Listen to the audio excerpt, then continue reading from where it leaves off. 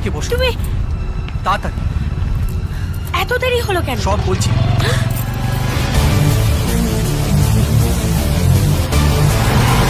আরে বাচ্চা, তোর এত বড় সাহস, তুই আমার কাছ থেকে মাল চুরি করিস? তুই জানিস না আমি কে?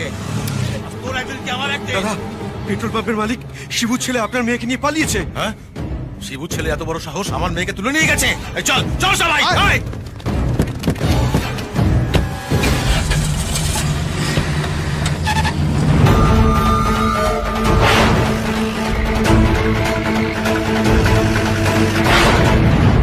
কি আমার ছেলে বিক্রমের মেয়েকে নিয়ে পালিয়েছে?